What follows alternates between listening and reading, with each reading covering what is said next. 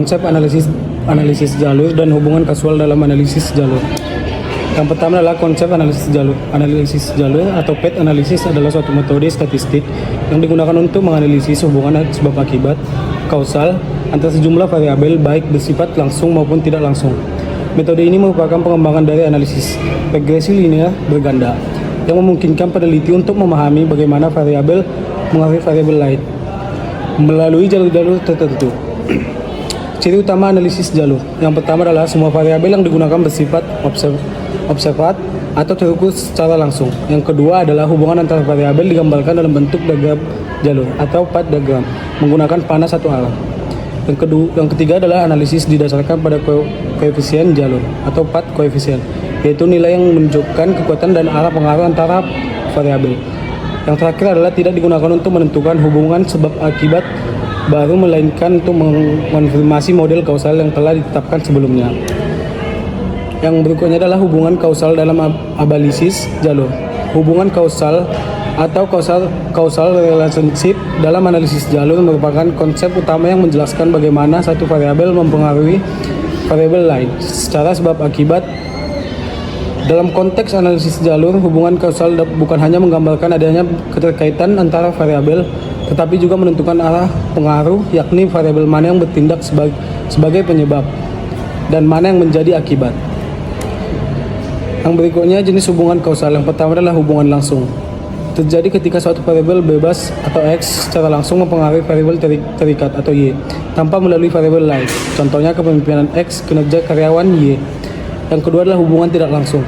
Ketika pengaruh X terhadap Y melewati variabel perantara, contohnya kepemimpinan atau X, motivasi atau Z, dan kinerja atau Y. Di sini efek X terhadap Y melalui Z disebut efek tidak langsung. Yang terakhir adalah hubungan total, merupakan penjumlahan dari pengaruh langsung dan tidak langsung. Efek total sama dengan efek langsung tambah efek tidak langsung.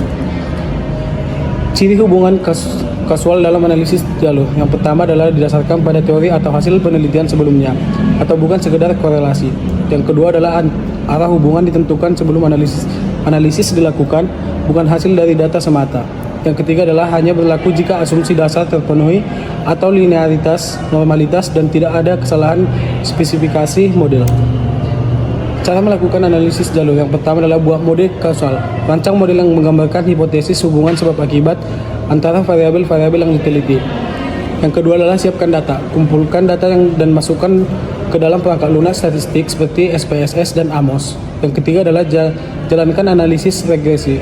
Lakukan analisis regresi berganda beberapa kali sesuai model yang telah dibuat untuk mendapatkan koefisien jalur. Yang keempat adalah hitung pengaruh. Hitung pengaruh langsung dan tidak langsung untuk setiap jalur. Yang terakhir adalah evaluasi model. Evaluasi kesesuaian model dengan data dan uji signifikasi statistik untuk setiap koefisien. Contoh analisis jalur dapat kita lihat seperti yang di bawah. Judul contoh pengaruh kepemimpinan dan lingkungan kerja terhadap kinerja karyawan melalui motivasi kerja sebagai variabel mediasi. Artinya adalah kepemimpinan X1 dan lingkungan kerja X2 berpengaruh terhadap motivasi kerja Z. Yang kedua adalah motivasi kerja Z berpengaruh terhadap kinerja karyawan Y. Yang ketiga adalah kepemimpinan X1 dan lingkungan kerja X2 juga diasumsikan berpengaruh langsung terhadap kinerja Y. Contoh analisis jalur. Persamaan jalur. Dari model tersebut, hubungan antara variabel dapat dirumuskan sebagai berikut. Yang berikutnya adalah contoh hasil perhitungan. Dari hasil analisis, misalnya menggunakan software AMOS atau SPSS, diperoleh nilai. Yang pertama jalur X1, X2, X1, X2, Z. Koefisien jalur TB 0,45, 0,40, 0,30, 0,25, dan 0,50. Signifikasi atau P 0,01, 0,002, 0,010, 0,015, dan 0,00. Interpretasi hasil. Dari hasil di atas dapat dijelaskan. Yang pertama, kepemimpinan X1 berpengaruh positif dan signifikan terhadap motivasi Z dan kinerja Y. Yang kedua adalah lingkungan kerja X2 juga berpengaruh positif dan signifikan terhadap motivasi Z dan kinerja Y. Yang ketiga adalah motivasi Z berpengaruh kuat dan signifikan terhadap kinerja Y. Contoh analisis jalur. 1. Pengaruh langsung dan tidak langsung. Selanjutnya dihitung pengaruh langsung dan tidak langsung. Artinya pengaruh total kepemimpinan terhadap kinerja adalah 0,525, di mana sebagai besar pengaruhnya terjadi melalui motivasi kerja atau mediasi tidak langsung. Dapat kita ambil kesimpulan dari analisis jalur tersebut, dapat disimpulkan bahwa yang pertama, kepemimpinan dan lingkungan kerja memiliki pengaruh signifikan terhadap kinerja karyawan, baik secara langsung maupun tidak langsung. Yang kedua adalah motivasi kerja berperan sebagai variabel mediasi atau perantara yang memperkuat pengaruh kepemimpinan dan lingkungan kerja terhadap kinerja. Yang ketiga adalah model jalur yang diuji sesuai dengan teori motivasi kerja dan manajemen sumber daya manusia, sehingga model dinyatakan fit atau layak digunakan. Kesimpulan analisis jalur adalah teknik untuk menguji dan memperkirakan hubungan sebab akibat antara variabel terukur dengan melihat jalur pengaruh langsung dan tidak langsung. Hubungan kasual ini menunjukkan bagaimana satu variabel mempengaruhi variabel lain secara teoritis dan empiris sesuai arah yang ditetapkan dalam model. Selanjutnya kita masuk ke diagram jalur. Diagram jalur adalah representasi grafis yang digunakan dalam analisis jalur atau path analysis untuk menggambarkan hubungan sebab akibat antar variabel dalam sebuah model penelitian. Diagram ini menampilkan struktur hubungan teoritis yang menunjukkan bagaimana suatu variabel mempengaruhi variabel lain.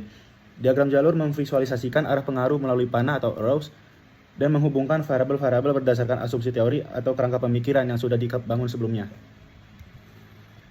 Selanjutnya, komponen dasar diagram jalur yang pertama itu ada variabel eksogen, yang kedua itu ada variabel mediasi, dan yang ketiga ada panah satu arah, yang keempat ada variabel endogen, yang kelima ada residual, teman-teman. Selanjutnya di sini ada contoh diagram jalurnya. Di sini sudah ada diagram jalurnya dan keterangannya. X1 berpengaruh ke Y1 dan Y2, Y1 berpengaruh ke Y2, maka X1 mempengaruhi Y2 secara langsung dan tak langsung melalui Y1. Selanjutnya kita masuk ke pengertian koefisien jalur. Koefisien jalur adalah nilai yang menunjukkan besarnya pengaruh suatu variabel terhadap variabel lain secara langsung dalam model analisis jalur atau path analysis. Koefisien ini merupakan bentuk koefisien regresi standar atau standardized regression coefficient atau beta yang digunakan untuk memahami bagaimana hubungan sebab akibat bekerja dalam suatu sistem yang melibatkan banyak variabel. Di sini sudah ada rumusnya. Rumusnya bisa dilihat di PPT saya ya, teman-teman. Oke, lanjut. Di sini ada contoh soal diagram jalur dan koefisien jalur. Diketahui hasil analisis regresi standar P1X1 sama dengan 0,7, P2Y1 sama dengan 0,5. Pertanyaannya yang pertama, menggambarlah diagram jalurnya dan jelaskan arti masing-masing koefisien jalur. Baik, di sini sudah ada pembahasannya. Pembahasannya bisa kalian lihat di PPT saya ya, teman-teman. Lanjut. Selanjutnya kita masuk ke teknik menghitung koefisien jalur. Yang pertama itu, tentukan semua persamaan regresi struktural berdasarkan diagram jalur variabel endogen atau variabel yang mempengaruhi. Yang kedua, lakukan regresi berganda pada tiap variabel endogen. Yang ketiga, ambil koefisien beta standar sebagai koefisien jalur. Dan yang keempat, gunakan hasilnya untuk menghitung pengaruh langsung, tak langsung, dan total. Selanjutnya kita masuk ke contoh persamaan jalur. Di sini sudah ada modelnya yang bisa dilihat di PPT saya ya, teman-teman. Oke. Selanjutnya kita masuk ke contoh soal menghitung koefisien jalur. Diketahui hasil regresi P1X1 sama dengan 0,4, P1X2 sama dengan 0,6, P2X1 sama dengan 0,3, P2X2 sama dengan 0,2, dan P2Y1 sama dengan 0,5. Pertanyaannya, gambarkan model jalur dan tuliskan persamaan regresinya. Baik, di sini sudah ada pembahasannya, bisa dilihat di PPT saya ya. Oke, lanjut. Selanjutnya kita masuk ke pengaruh langsung, tidak langsung, dan pengaruh total. Pengaruh langsung itu pengaruh yang terjadi secara langsung dari satu variabel bebas terhadap variabel terikat tanpa melalui variabel perantara. Secara definisi mengukur besarnya perubahan pada Y yang disebabkan oleh perubahan X ketika variabel perantara Z dianggap konstan. Simbolnya jalur langsung X mempengaruhi Y, rumusnya PXY. Artinya jika X berubah satu satuan, Y berubah sebesar koefisien jalur PXY dengan asumsi variabel lain tetap. Selanjutnya kita masuk ke pengaruh tidak langsung. Pengaruh tidak langsung adalah pengaruh yang terjadi melalui variabel perantara atau mediator. Secara definisi merupakan hasil perkalian antara koefisien jalur dari X ke Z dan koefisien jalur dari Z ke Y. Ini mengukur bagian dari total pengaruh X pada Y yang disalurkan melalui Z. Rumusnya PXZ dikali PZY, atau kalian bisa lihat di PPT saya ya teman-teman. Selanjutnya kita masuk ke pengaruh total. Pengaruh total adalah penjumlahan atau gabungan dari pengaruh langsung dan pengaruh tidak langsung dari variabel bebas. Secara definisinya, menunjukkan keseluruhan dampak atau besarnya perubahan total pada Y yang diakibatkan oleh perubahan X, baik secara langsung maupun melalui variabel perantara Z. Rumusnya, total effect sama dengan direct effect ditambah indirect effect. Baik, di sini saya akan melanjutkan mengerjakan contoh soal di aplikasi SPSS. Di sini sudah ada contoh soalnya yang bisa kalian lihat di SPSS ini. Di sini saya akan mengerjakan model regresi 1 dengan cara yang pertama kita klik menu analyze. Setelah itu kita pergi ke regression. Setelah itu kita klik linear.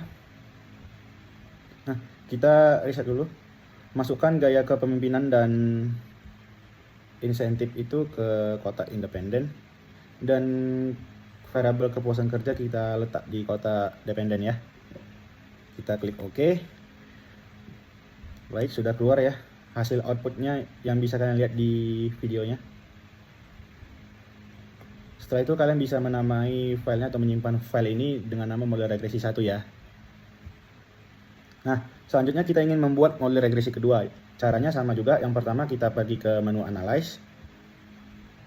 Kita klik menu regression. Setelah itu ke linear. Kita reset dulu ya. Kita masukkan variabel gaya kepemimpinan, insentif, dan kepuasan kerja ke kotak independen. Baru variabel kinerjanya ke dependen, teman-teman. Kita klik OK. Di sini sudah keluar hasil output model regresi kedua. Nah, sekarang kita ingin menghitung koefisien jalurnya. Yang pertama kita ingin menghitung koefisien model regresi 1. Nah, berdasarkan hasil output regresi model 1 pada tabel koefisien dapat kita ketahui di sini di tabel koefisiennya bahwa nilai signifikansi kedua variabel yaitu X1 sama dengan 0,946 dan X2 sama dengan 0,010. Hasil kedua signifikansi kedua variabel ini lebih besar daripada 0,05, dan hasil ini memberikan kesimpulan bahwa pada regresi model 1 variabel X1 dan X2 tidak berpengaruh signifikan terhadap Y. Selanjutnya kita lihat pada tabel model summary. Nilai R-square yang terdapat pada tabel summary ini sebesar 0,526. Hal ini menunjukkan bahwa kontribusi pengaruh X1 dan X2 terhadap Y sebesar 52,6%, teman-teman. Selanjutnya kita menghitung koefisien jalur yang kedua. Nah, berdasarkan hasil output regresi model 2, pada tabel koefisien dapat kita lihat di tabel signifikannya, dapat diketahui bahwa nilai signifikansi ketiga variabel X1 sama dengan 0,137, X2 sama dengan 0,932, dan Y sama dengan lebih kecil dari 0,001. Hasil signifikansi ini lebih besar daripada 0,05, teman-teman. Dan hasil ini memberikan kesimpulan bahwa pada regresi model 2, variabel X1, X2, dan Y tidak berpengaruh signifikan terhadap Z. Selanjutnya, kita lihat pada tabel model summary, nilai R-square yang didapat di tabel summary ini sebesar 0,896%, teman-teman. Sehingga hal ini menunjukkan bahwa kontribusi pengaruh X1, X2, dan Y terhadap Z sebesar 89,6%. Pengantar desain eksperimental dan analisis varian. A. Desain eksperimental. Desain eksperimental adalah suatu rencana atau strategi penelitian yang disusun untuk mengetahui hubungan sebab akibat antara variabel. Dalam desain ini, peneliti memberikan perlakuan treatment pada subjek dan mengontrol kondisi agar hasil yang diperoleh dapat dipercaya secara ilmiah.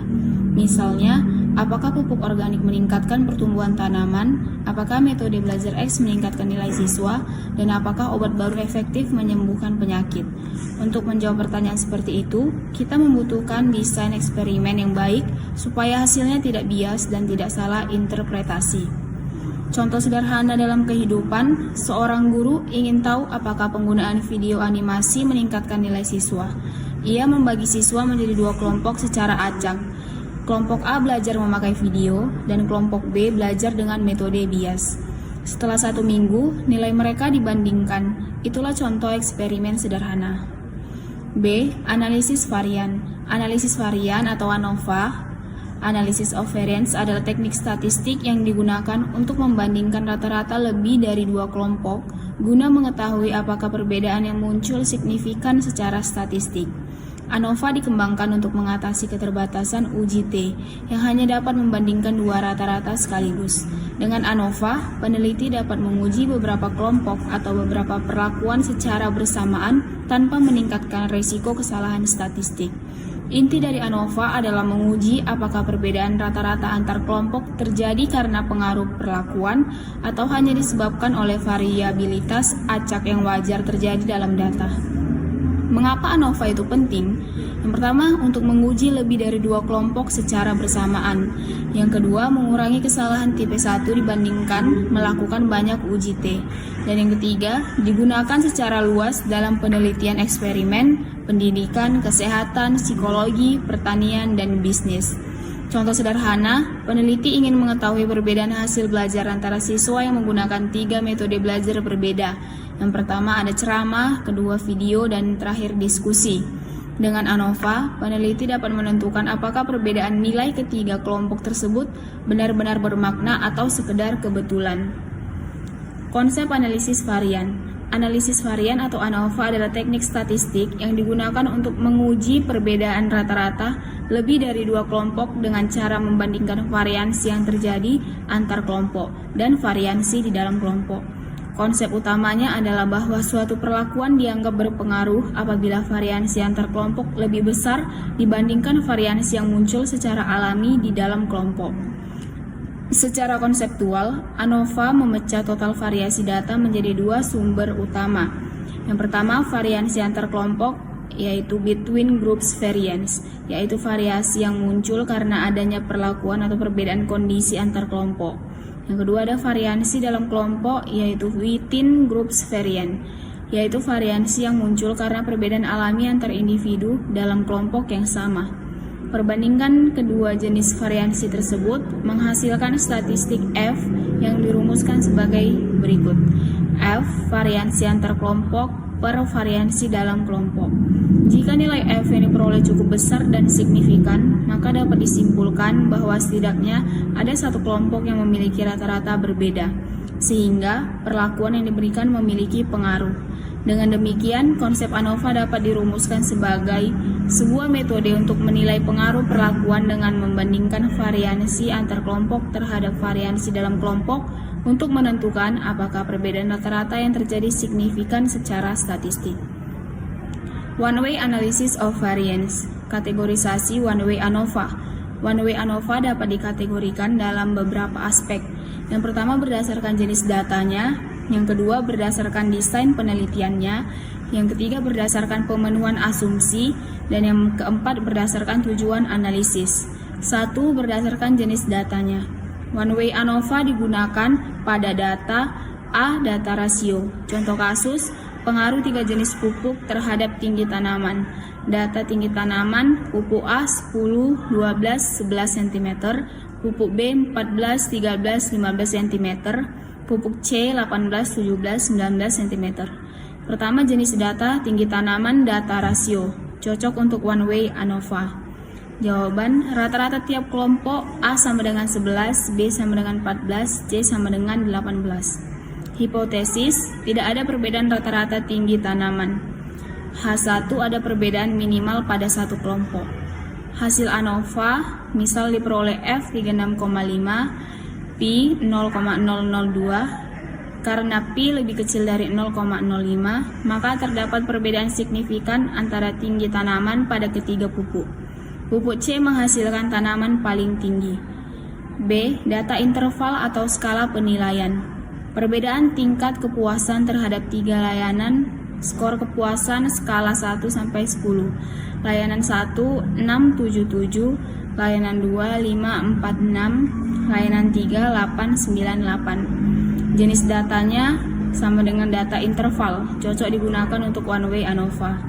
Rata-rata tiap kelompok yang pertama 6,67, yang kedua 5, dan yang ketiga 8,33. B. Hipotesisnya H0 tidak ada perbedaan kepuasan, H1 ada perbedaan kepuasan minimal di satu pelayanan.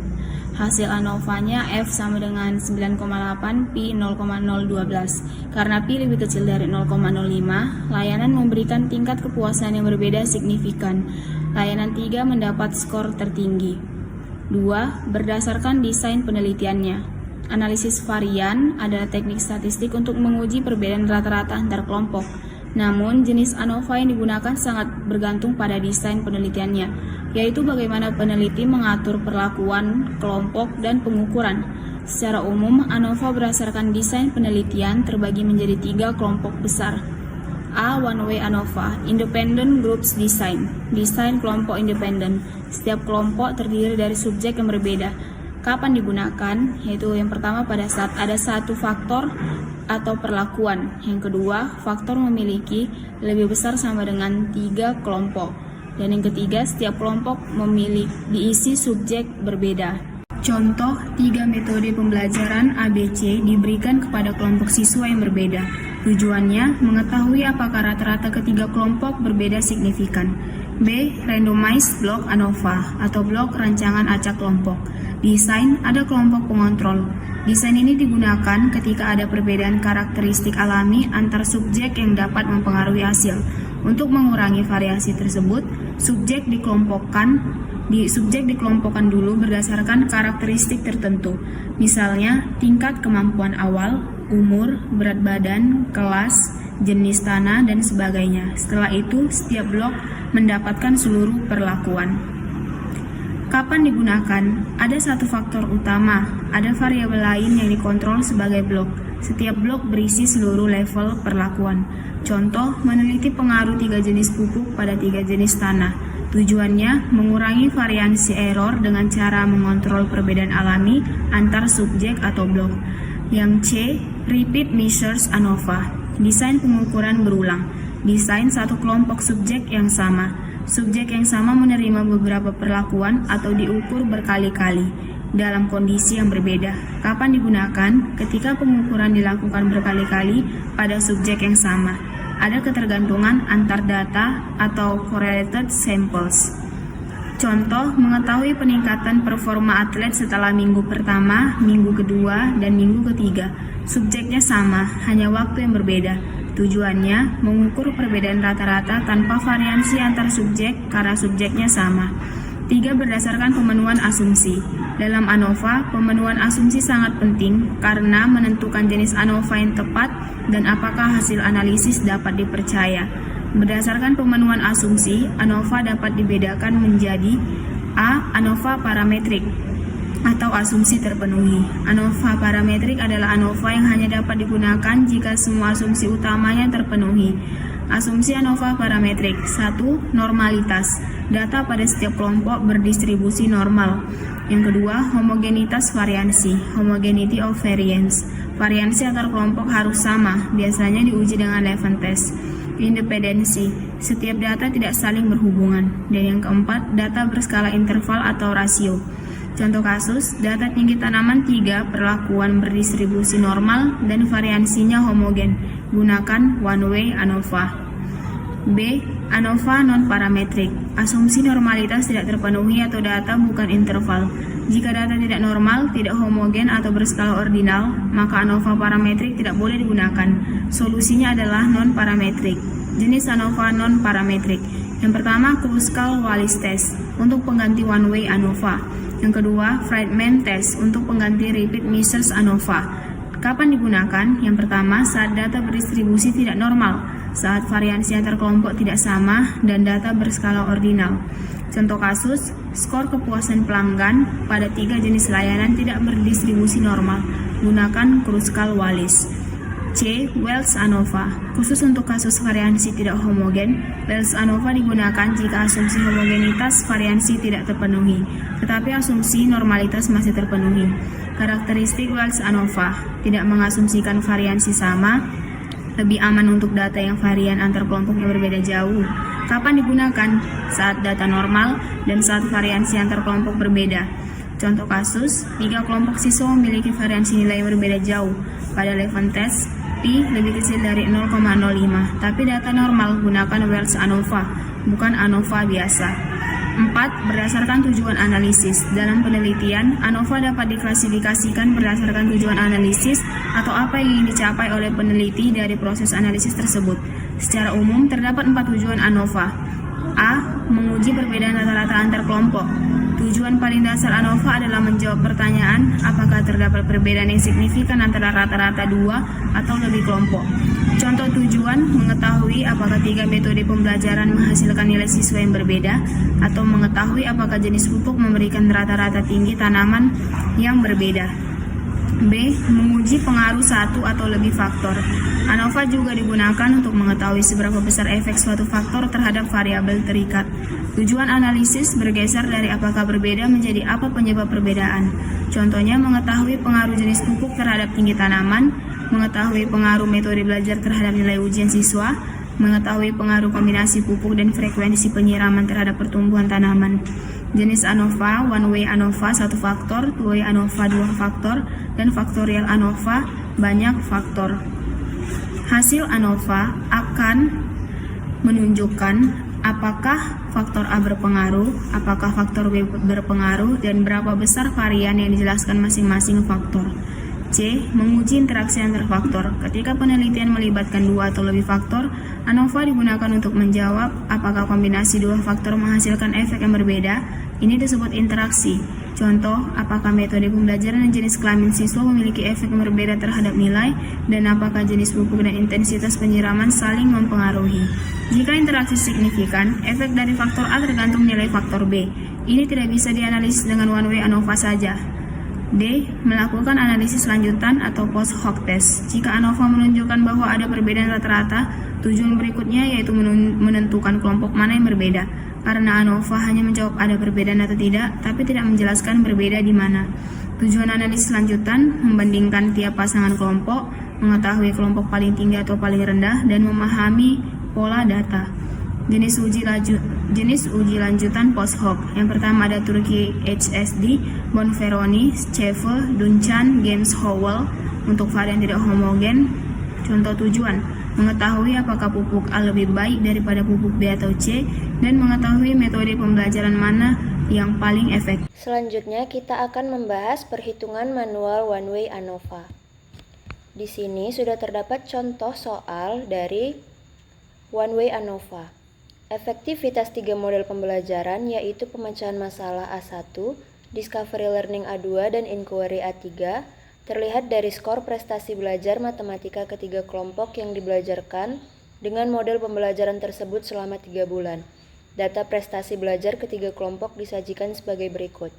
Lakukan pengujian hipotesis perbedaan rata-rata dengan signifikasi 5%. Langkah pertama yang kita lakukan adalah membuat hipotesis penelitian H0 dan H1, di mana H0 tidak ada perbedaan prestasi belajar matematika antara siswa yang dibelajarkan dengan model pembelajaran pemecahan masalah, Discovery Learning, dan Inquiry. H1 ada perbedaan prestasi belajar matematika antara siswa. Yang kedua, membuat hipotesis statistik. H0, mu1 sama dengan mu2 sama dengan mu3.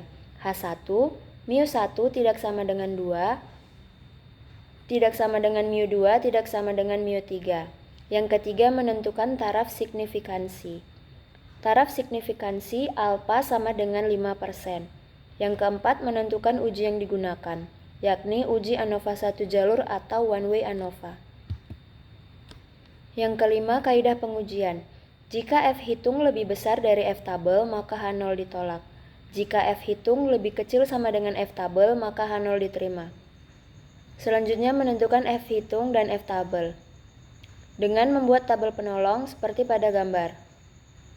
Selanjutnya menentukan jumlah kuadrat untuk beberapa sumber variansi, yaitu total, antar, dan dalam, di mana N1 10, N2 10, dan N3 10, maka N total sama dengan 30. JKT, jumlah kuadrat total, kita menggunakan rumus yang terdapat pada layar, maka hasil yang kita dapatkan nanti adalah 4, 2, 30. Untuk mencari jumlah kuadrat antar, rumusnya adalah sebagai berikut. Hasil yang didapat adalah 1260. Dan yang terakhir jumlah kuadrat dalam, rumusnya jumlah kuadrat total dikurang jumlah kuadrat antar. Hasilnya adalah 2970. Yang ketiga, mencari nilai derajat kebebasan.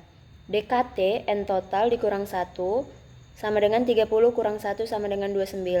DKA sama dengan 2. DKD, DKT dikurang DKA, hasilnya adalah 27. Selanjutnya menentukan nilai variasi. Variasi D, hasilnya adalah 110. Variasi A, hasilnya 630. Kemudian menghitung nilai F hitung. Rumusnya adalah F hitung sama dengan variansi A dibagi variansi D. Maka hasilnya adalah 5,727. Selanjutnya menentukan nilai F hitung. Nilai F tabel dapat dicari dengan menggunakan tabel F, di mana DKA pembilang sama dengan 2, DKD penyebut sama dengan 27. Maka F tabel sama dengan F alfa DKA, DKD sama dengan F 0,05 2,27. Hasilnya adalah 3,354. Dapat kita lihat pada tabel uji F, hasilnya adalah 3,354. Selanjutnya membuat tabulasi ragam ANOVA satu jalur. Bisa kita lihat pada layar ya teman-teman. Kemudian yang terakhir adalah menarik kesimpulan. Kita dapat F hitung sama dengan 5,727 dan F tabel sama dengan 3,354. Maka F hitung lebih besar dari F tabel. H0 ditolak. Artinya, ada perbedaan prestasi belajar matematika antara siswa yang dibelajarkan dengan model pembelajaran pemecahan masalah, discovery learning, dan inquiry. Selanjutnya kita akan membahas uji perbandingan berganda. Uji perbandingan berganda adalah metode statistik yang digunakan untuk mengidentifikasi kelompok spesifik mana yang berbeda secara signifikan satu sama lain setelah hasil uji analisis varians atau ANOVA menunjukkan adanya perbedaan rata-rata secara keseluruhan.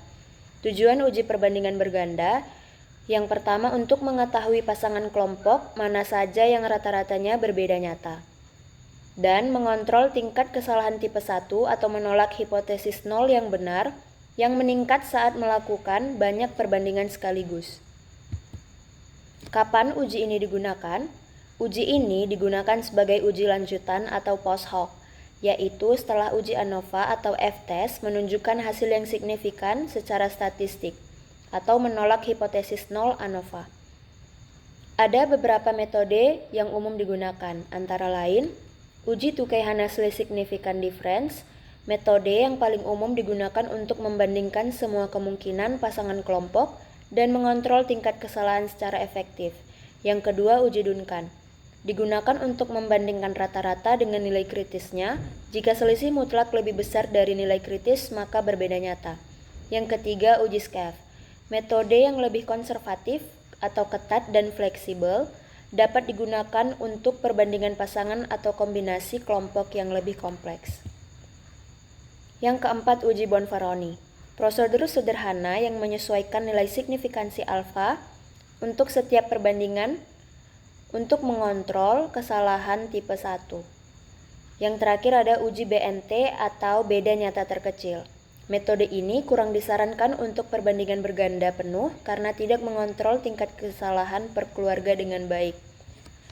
Secara umum, langkah-langkah untuk melakukan uji perbandingan berganda yang pertama, memastikan hasil uji ANOVA signifikan atau menolak H0. Yang kedua, memilih metode uji post hoc yang sesuai, misalnya Tukey atau Duncan. Yang ketiga, menghitung nilai kritis atau nilai P yang disesuaikan berdasarkan metode yang dipilih. Yang keempat, membandingkan selisih rata-rata antar pasangan kelompok dengan nilai kritis untuk menentukan pasangan mana yang berbeda secara signifikan.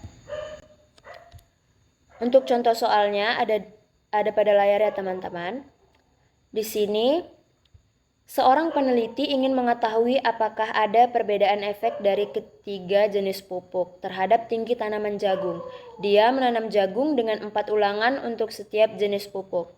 Rata-rata kelompok, pupuk A rata-ratanya 10,5, pupuk B 14,5, pupuk C 8,5.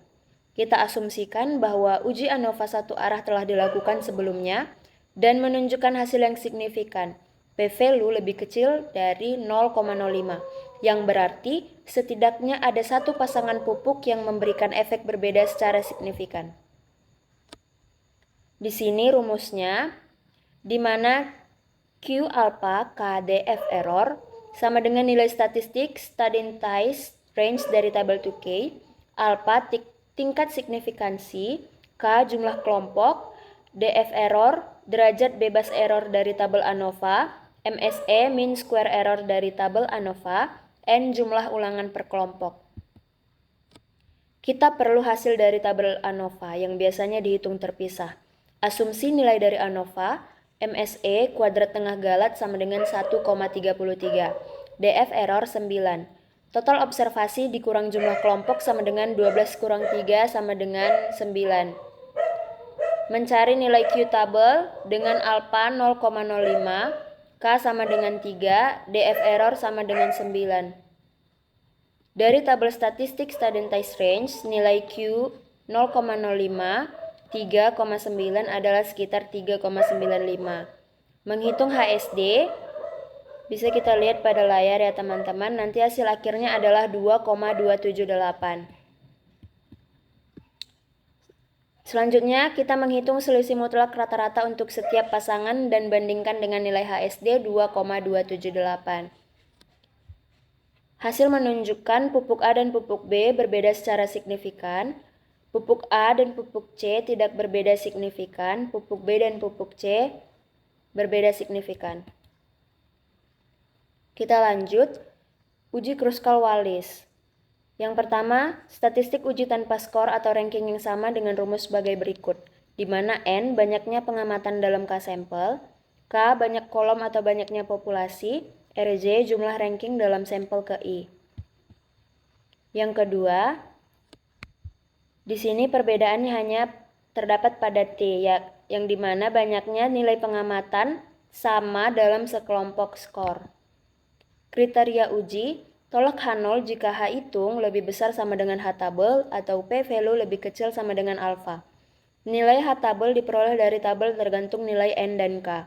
Jika K sama dengan 3 dan NI lebih kecil sama dengan 5, gunakan tabel Kruskal-Wallis. Sedangkan jika NI lebih besar dari 5, gunakan tabel chi-square. Berikut adalah contoh soal dari uji Kruskal-Wallis. Solusinya adalah menentukan H0, yang dimana tidak terdapat perbedaan median kadar kortisol di antara ketiga populasi yang diwakili. H1 terdapat perbedaan alfa. Di sini, langkah pertama yang kita lakukan adalah menyusun tiap kelompok secara berurutan. Kemudian kita urutkan dan kita beri ranking dari ranking yang terkecil ke yang terbesar. Lalu ranking dari tiap-tiap kelompok kita jumlahkan. Maka hasilnya untuk ranking kelompok pertama hasilnya 69, ranking kelompok 2 90, ranking kelompok 3 94. Selanjutnya kita menghitung statistik uji tanpa skor atau ranking yang sama. Dengan menggunakan rumus sebagai berikut, maka hasil akhirnya kita dapat adalah 9232. Kemudian tolak H0 jika H hitung lebih besar sama dengan H tabel atau P-value lebih kecil sama dengan alpha. Karena NI lebih besar dari 5, maka gunakan tabel chi-square. Berdasarkan perhitungan, H hitung sama dengan 9232. Untuk DB, 3 dikurang 1 sama dengan 2. Maka chi-square sama dengan 5,99. Karena H hitung sama dengan 9,232 lebih besar dari chi-square, yang hasilnya 5,99, maka H0 ditolak. Kesimpulannya, berdasarkan hasil tersebut, maka dapat disimpulkan bahwa rata-rata skor PRS sebelum terapi untuk kelompok yang telah pulih berbeda dengan kelompok belum pulih.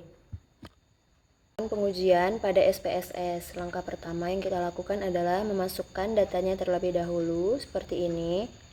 Kemudian kita blok semua data. Lalu kita klik Analyze. Kita pilih non-parametric test. Kemudian Legacy Dialogs. Kita pilih K Independent Samples. Lalu kadar kortisol kita masukkan ke tes variable list, kelompok ke grouping variabel. Kita klik define range, minimum kita isi 1, maksimum 3. Lalu klik continue. Untuk test type-nya kita pilih Kruskal-Wallis. Lalu kita klik OK. Maka hasilnya seperti ini. Bisa kita lihat untuk hasil dari Kruskal-Wallisnya 9,232. Hasil ini sama dengan perhitungan manual yang kita lakukan tadi. Jadi yang pertama itu ada uji Leven untuk homogenitas varian. Nah, uji Leven ini adalah uji statistik yang digunakan untuk menguji apakah varian dari 2 atau lebih kelompok data sama atau homogen. Nah, uji ini juga digunakan sebagai syarat sebelum melakukan analisis lain seperti uji T independen atau ANOVA, terutama jika asumsi normalitas data tidak terpenuhi. Dengan ketentuan H0 yaitu varian semua kelompok sama atau homogen dengan signifikansi besar dari 0,05. Sedangkan yang H1 setidaknya ada satu pasangan kelompok dengan varians berbeda atau tidak homogen dengan signifikansi kecil dari 0,05. Oke, selanjutnya kita akan memasuki contoh. Nah, contoh ini kita menggunakan SPSS ya, teman-teman. Nah, di sini kita lihat ada hasil belajar matematika dengan kelas. Nah, hasilnya itu ada 56, 72, 67, 58, 70, 68, 76, 70, 69, 58, 87, 92, 87, 82, 89, 86, 80, 85, 90, dan 83. Nah, di sini ada juga kriteria kelasnya, itu ada kelas A dengan juga kelas B. Setelah itu kita akan mengeblok dua ini hasil dengan kelas. Selanjutnya kita pilih Analyze. Kita pilih yang compare means, lalu kita pilih di compare means kita pilih one way ANOVA. Nah, sebelumnya ini kan di sini teman-teman, maaf ya teman-teman. Nah, yang hasil belajar matematika letak di dependent list, sedangkan yang kelas itu letaknya di faktor. Kita pilih option. Nah, selanjutnya di kotak statistik kita centang yang homogeneity of variance test. Lalu continue, lalu kita okekan. Nah, dapat hasilnya di sini ya teman-teman. Nah, ini hasil dari hasil belajar matematika dan juga kriteria kelas. Seperti yang kita lihat, ini signifikansinya itu besar dari 0,05 dan hasilnya 0,067, berarti hasil belajar matematika ini homogen atau sama. Selanjutnya yaitu ada two-way analysis of variance. Nah, two-way ANOVA ini atau analisis varian dua arah adalah metode statistik yang digunakan untuk menguji pengaruh dua faktor atau variabel bebas terhadap satu variabel terikat atau dependent variables, sekaligus serta interaksi antara kedua faktor tersebut. Nah, dari two-way analysis of variance ini ada 3 hal yang diuji. Yang pertama itu ada pengaruh faktor A terhadap variabel Y, yang kedua ada pengaruh faktor B terhadap variabel Y, dan yang terakhir itu interaksi antara faktor A dan faktor B terhadap variabel Y.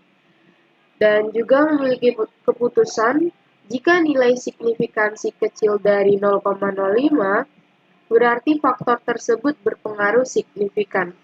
Sedangkan jika nilai signifikansinya besar dari 0,05 berarti tidak berpengaruh signifikan.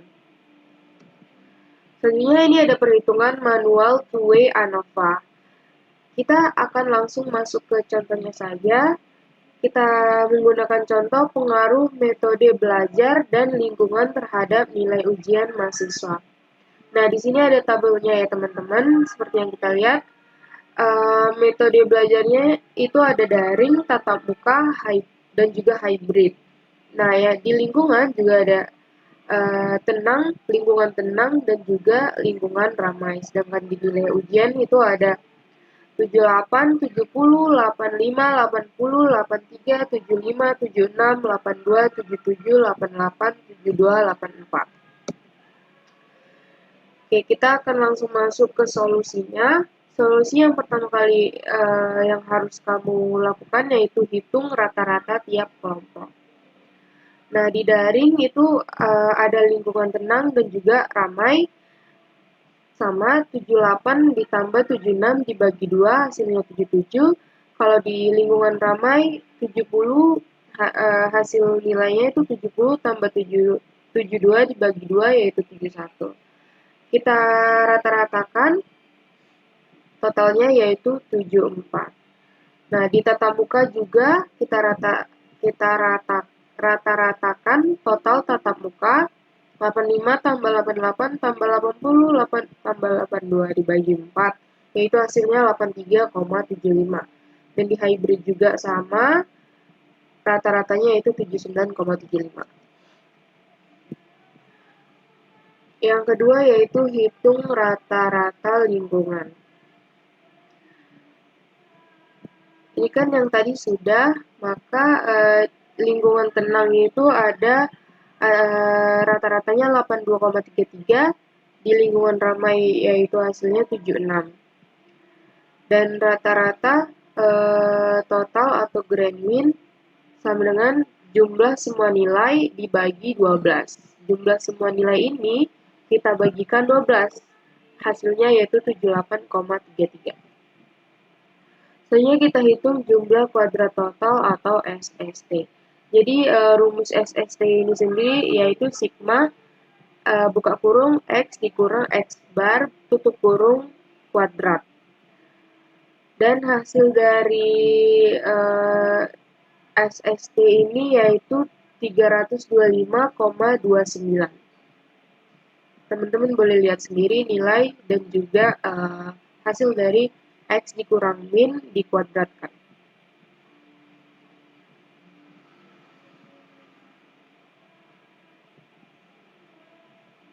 Oke, kita mulai lanjut.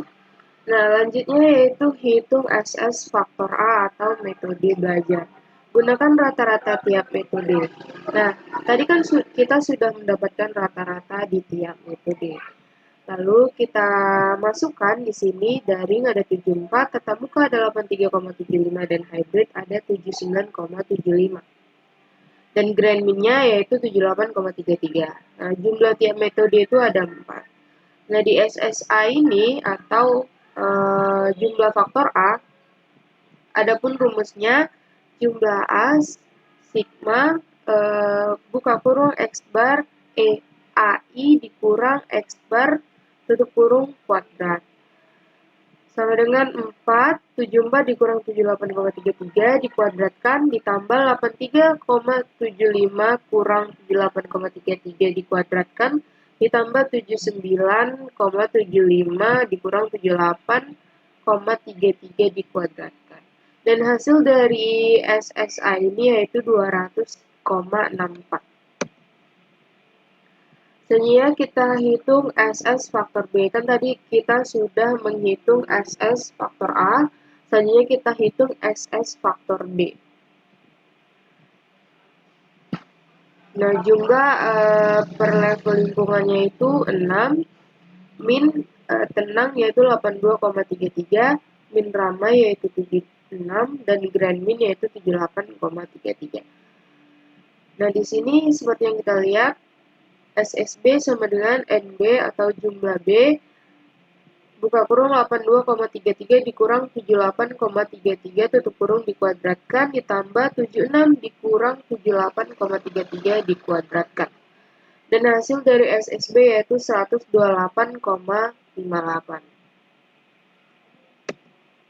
Selanjutnya ada pun hitung SS error atau SSE. Nah, rumus dari SSE sendiri itu ada SST dikurang SSA dikurang SSB. Jadi teman-teman kan kita tadi sudah mendapatkan hasil dari SSA dan juga SSB kan teman-teman. Maka dari itu kita langsung masukkan aja nilainya. SST tadi 325,29, SSA 200,64 dan SSB yaitu 128,58. Nah, hasilnya ini minus 3,93. Oke, ini kenapa jadi positif? Karena hasil negatif berarti ada sedikit pembulatan dari langkah sebelumnya setelah pembulatan lebih presisi. Selanjutnya ada hitung derajat bebas atau DF. Sumbernya ada ini dan ini rumus dari DF, N dikurang 1. Teman-teman lihat sendiri boleh.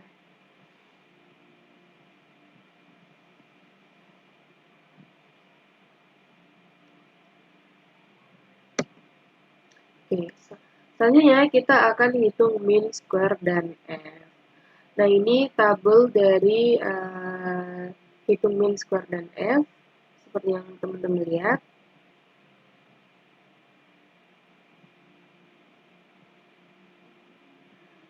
Oke, jadi kesimpulan dari ini semua yaitu maka H0A ditolak dengan keputusan metode belajar berpengaruh signifikan terhadap nilai ujian. Dan H0B ditolak dengan keputusan lingkungan belajar juga berpengaruh signifikan. Selanjutnya kita memasuki case problem. Ini materi saya yang terakhir. Kita akan mengambil kasus sebuah perusahaan ingin mengetahui apakah jenis pelatihan teknik vs manajerial dan jenis kelamin laki-laki vs perempuan versus perempuan memengaruhi skor kinerja karyawan. Juga ingin tahu apakah ada interaksi antara jenis pelatihan dan kelamin dan jenis kelamin. Dengan data berikut, ini pelatihan teknis dan juga manajerial jenis kelamin yaitu laki-laki dan perempuan. Kinerjanya itu ada 75, 78, 74, 80, 82, 79, 85, 88, 86, 90, 92 dan juga 91. Nah, di sini kita akan langsung masuk ke contohnya ya, teman-teman. Contohnya kita akan menggunakan SPSS ini. Di sini kita blok saja, lalu kita pilih Analyze, lalu kita pilih General Linear Model. Kita pilih Univariate.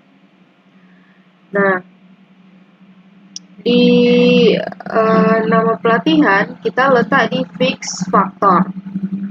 Jenis kelamin kita letak juga di Fix Factor. Sedangkan nilai kinerja kita letak di Dependent Variable. Kita pilih option. Nah, di kotak display kita centang yang homogeneity test dan juga descriptive statistik. Kita continuekan, kita okekan. Nah, disinilah hasilnya ya teman-teman. Oke, ini dia hasilnya teman-teman, bisa teman-teman lihat sendiri. Kesimpulannya yaitu pelatihan ini signifikansinya kecil dari 0,05.